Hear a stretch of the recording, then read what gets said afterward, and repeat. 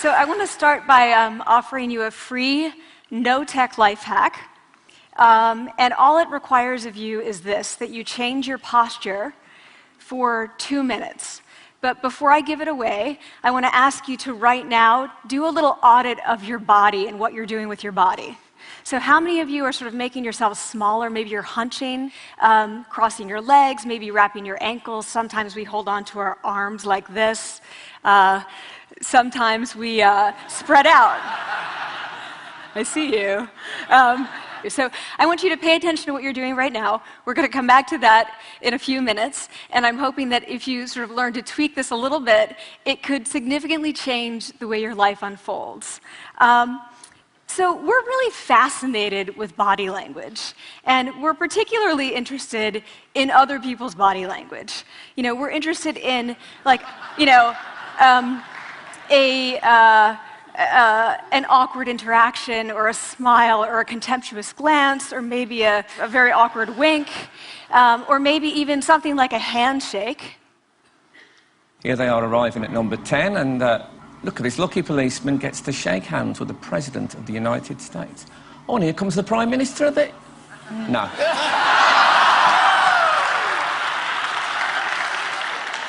So a handshake, or the lack of a handshake, can have us talking for weeks and weeks and weeks, even the BBC and the New York Times. So obviously, when we think about nonverbal behavior or body language, but we call it nonverbals as social scientists, it's language. So we think about communication. When we think about communication, we think about interactions. So what is your body language communicating to me? What's mine communicating to you? And there's a lot of reason to believe that this is a valid way to look at this. So social scientists have spent a lot of time looking at the effects of our body language or other people's body language on judgments. And we make sweeping judgments and inferences from body language. And those judgments can predict really meaningful life outcomes, like who we hire or promote, who we ask out on a date. For example, Nalini Ambady, a researcher at Tufts University, shows that when people watch 30-second soundless clips of real physician-patient interactions, their judgments of the physician's niceness predict whether or not that physician will be sued. So it doesn't have to do so much with whether or not that physician was incompetent, but do we like that person and how they interacted? Even more dramatic, Alex Todorov at Princeton has shown us that judgments of political candidates' faces in just 1 second predict 70% of US Senate and gubernatorial race outcomes. And even, let's go digital, emoticons used well in online negotiations can lead you to claim more value from that negotiation.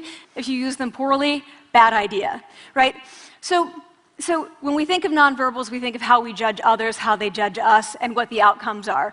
We tend to forget, though, the other audience that's influenced by our nonverbals, and that's ourselves. We are also influenced by our nonverbals, our thoughts and our feelings and our physiology. So what nonverbals am I talking about? I'm a social psychologist, I study prejudice, and I teach at a competitive business school. So it was inevitable that I would become interested in power dynamics. I became especially interested in nonverbal expressions of power and dominance. And what are nonverbal expressions of power and dominance? Well, this is what they are. So in the animal kingdom, they are about expanding. So you make yourself big, you stretch out, you take up space, you're basically opening up. It's about opening up. And this is true across the animal kingdom. It's not just limited to primates, and humans do the same thing. So they do this both when they have power sort of chronically, and also when they're feeling powerful in the moment. And this one is especially interesting because it really shows us how universal and old these expressions of power are. This expression, which is known as pride, Jessica Tracy has studied, she shows that people who are born with sight and people who are congenitally blind do this when they win at a physical competition. So when they cross the finish line and they've won, it doesn't matter if they've never seen anyone do it, they do this. So the arms up in the V, the chin is slightly lifted. What do we do when we feel powerless? We do exactly the opposite. We close up, we wrap ourselves up, we make ourselves small. We don't want to bump into the person next to us. So again, both animals and humans do the same thing. And this is what happens when you put together high and low power. So what we tend to do when it comes to power is that we complement the other's nonverbals. So if someone's being really powerful with us, we tend to make ourselves smaller. We don't mirror them, we do the opposite of them. So I'm watching this behavior in the classroom, and what do I notice? I notice that MBA students really exhibit the full range of power nonverbals. So you have people who are like caricatures of alphas, like really coming into the room. They get right into the middle of the room before class even starts, like they really want to occupy space. When they sit down, they're sort of spread out. They raise their hands like this. You have other people who are virtually collapsing when they come in. As soon as they come in, you see it. You see it on their faces and their bodies, and they sit in their chair and they make themselves tiny, and they go like this when they raise their hand. I noticed a couple things about this. One, you're not going to be surprised. It seems to be related to gender. So women are much more likely to do this kind of thing than men. Women feel chronically less powerful than men, so this is not surprising. But the other thing I noticed is that it also seemed to be related to the extent to which the students were participating and how well they were participating. And this is really important in the MBA classroom because participation counts for half the grade. So business schools have been struggling with this gender grade gap. You get these equally qualified women and men coming in, and then you get these differences in grades, and it seems to be partly attributable to participation. So I started to wonder, okay, so you have these people coming in like this, and they're participating. Is it possible that we could get people to fake it, and would it lead them to participate more? So my main collaborator, Dana Carney, who's at Berkeley, and I really wanted to know, can you fake it till you make it? Like, can you do this just for a little while and actually experience a behavioral outcome that makes you seem more powerful?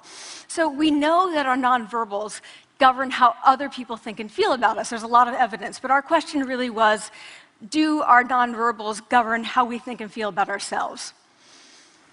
There's some evidence that they do. So, for example, when we smile when we feel happy, but also when we're forced to smile by holding a pen in our teeth like this, it makes us feel happy. So it goes both ways. When it comes to power, it also goes both ways. So when you feel powerful, you're more likely to do this, but it's also possible that when you pretend to be powerful, you are more likely to actually feel powerful. So the second question really was, so we know that our minds change our bodies. Is it also true that our bodies change our minds?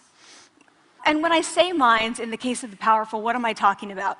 So I'm talking about thoughts and feelings and the sort of physiological things that make up our thoughts and feelings. And in my case, that's hormones. I look at hormones. So what do the minds of the powerful versus the powerless look like? So powerful people tend to be, not surprisingly, more assertive and more confident, more optimistic. They actually feel that they're going to win even at games of chance. They also tend to be able to think more abstractly. So there are a lot of differences. They take more risks. There are a lot of differences between powerful and powerless people. Physiologically, there also are differences on two key hormones, testosterone, which is the dominance hormone, and cortisol, which is the stress hormone. So what we find is that high-power alpha males in primate hierarchies have high testosterone and low cortisol. And powerful and effective leaders also have high testosterone and low cortisol. So what does that mean? When you think about power, people tended to think only about testosterone because that was about dominance. But really, power is also about how you react to stress. So do you want the high-power leader that's dominant, high on testosterone, but really stress reactive? Probably not, right? You want the person who's powerful and assertive and dominant, but not very stress reactive, the person who's laid back.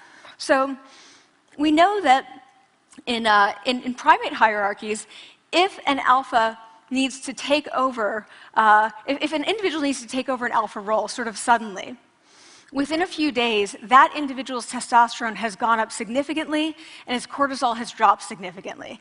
So we have this evidence, both that the body can shape the mind, at least at the facial level, and also that role changes can shape the mind. So what happens, okay, you take a role change, what happens if you do that at a really minimal level, like this tiny manipulation, this tiny intervention? For 2 minutes you say, I want you to stand like this, and it's going to make you feel more powerful. So this is what we did. We decided to bring people into the lab and run a little experiment. And these people adopted for 2 minutes either high power poses or low power poses. And I'm just going to show you 5 of the poses, although they took on only 2. So here's one, a couple more. This one has been dubbed the Wonder Woman by the media. Here are a couple more. So you can be standing or you can be sitting. And here are the low power poses. So you're folding up, you're making yourself small. This one is very low power. When you're touching your neck, you're really kind of protecting yourself. So this is what happens. They come in, they spit into a vial. We, for 2 minutes, say, you need to do this or this. They don't look at pictures of the poses. We don't want to prime them with the concept of power. We want them to be feeling power, right? So 2 minutes they do this. We then ask them, how powerful do you feel on a series of items? And then we give them an opportunity to gamble. And then we take another saliva sample. That's it. That's the whole experiment. So this is what we find. Risk tolerance, which is the gambling. What we find is that when you're in the high power pose condition, 86% of you will gamble. When you're in the low power pose condition, only 60%. And that's a pretty whopping significant difference. Here's what we find on testosterone. From their baseline when they come in, high-power people experience about a 20% increase, and low-power people experience about a 10% decrease. So again, 2 minutes and you get these changes. Here's what you get on cortisol. High-power people experience about a 25% decrease, and the low-power people experience about a 15% increase.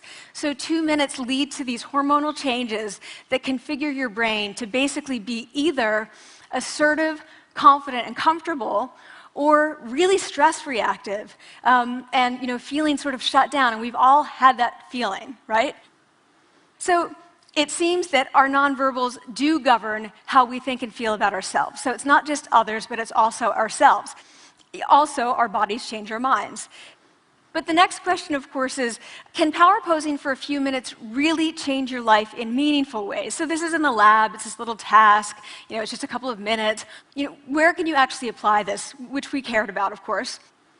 And so we think it's really what matters, where you want to use this is evaluative situations, like social threat situations. Where are you being evaluated? Either by your friends, like for teenagers, it's at the lunchroom table. It could be, for some people, it's speaking at a school board meeting. It might be giving a pitch, or giving a talk like this, or doing a job interview.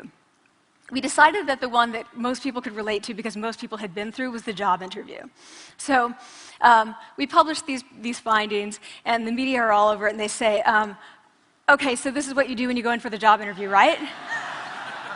So we were, of course, horrified, and said, oh my God, no, that's not what we meant at all, for numerous reasons. No, don't do that. Again, this is not about you talking to other people, it's you talking to yourself. What do you do before you go into a job interview? You do this.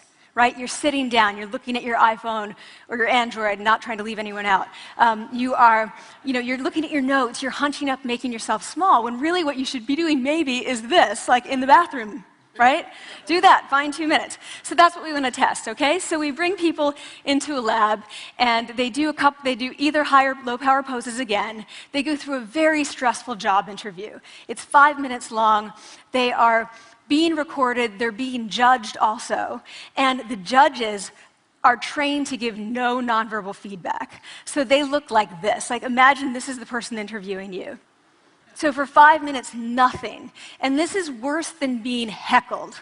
People hate this. It's what Marianne LaFrance calls standing in social quicksand.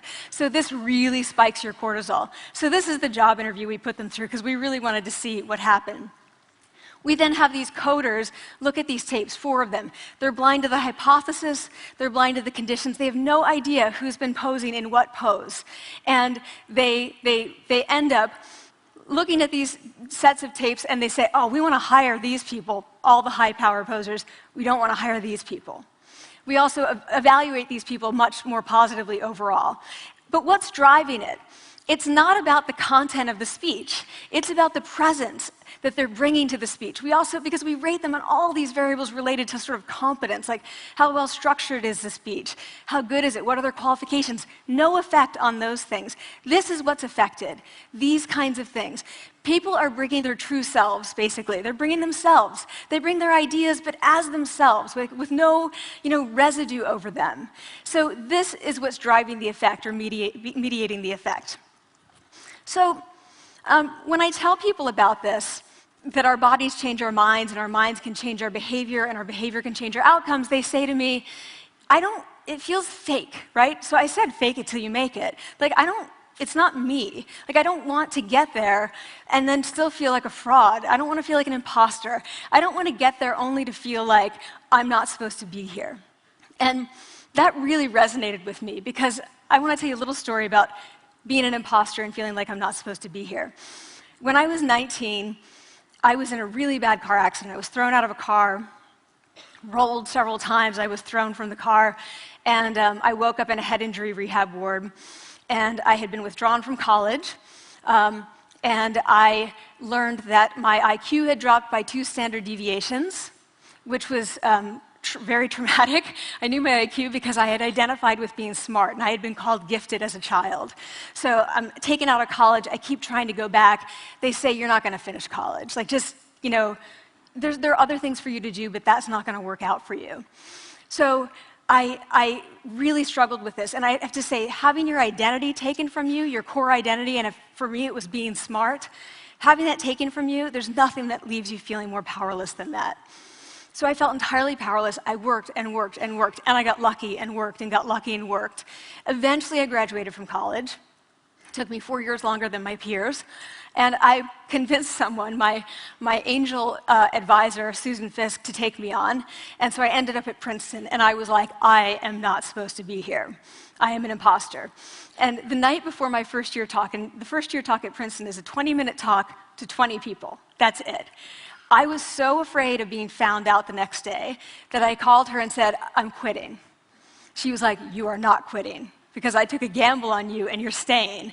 You're going to stay, and this is what you're going to do. You're going to fake it. You're going to do every talk that you ever get asked to do. You're just going to do it and do it and do it, even if you're terrified and just paralyzed and having an out-of-body experience, until you have this moment where you say, oh my gosh, I'm doing it. Like, I have become this. I am actually doing this. So that's what I did. 5 years in grad school. A few years, I'm at Northwestern. I moved to Harvard. I'm at Harvard. I'm not really thinking about it anymore, but for a long time I had been thinking, not supposed to be here, not supposed to be here. So at the end of my first year at Harvard, a student who had not talked in class the entire semester, who I had said, look, you got to participate or else you're going to fail, came into my office. I really didn't know her at all.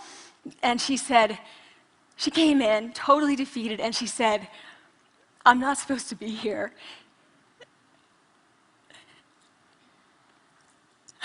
And that was the moment for me, because 2 things happened. One was that I realized, oh my gosh, I don't feel like that anymore. I don't feel that anymore, but she does, and I get that feeling. And the second was, she is supposed to be here. Like, she can fake it, she can become it. So I was like, yes, you are. You are supposed to be here, and tomorrow you're going to fake it, you're going to make yourself powerful, and, you're going to...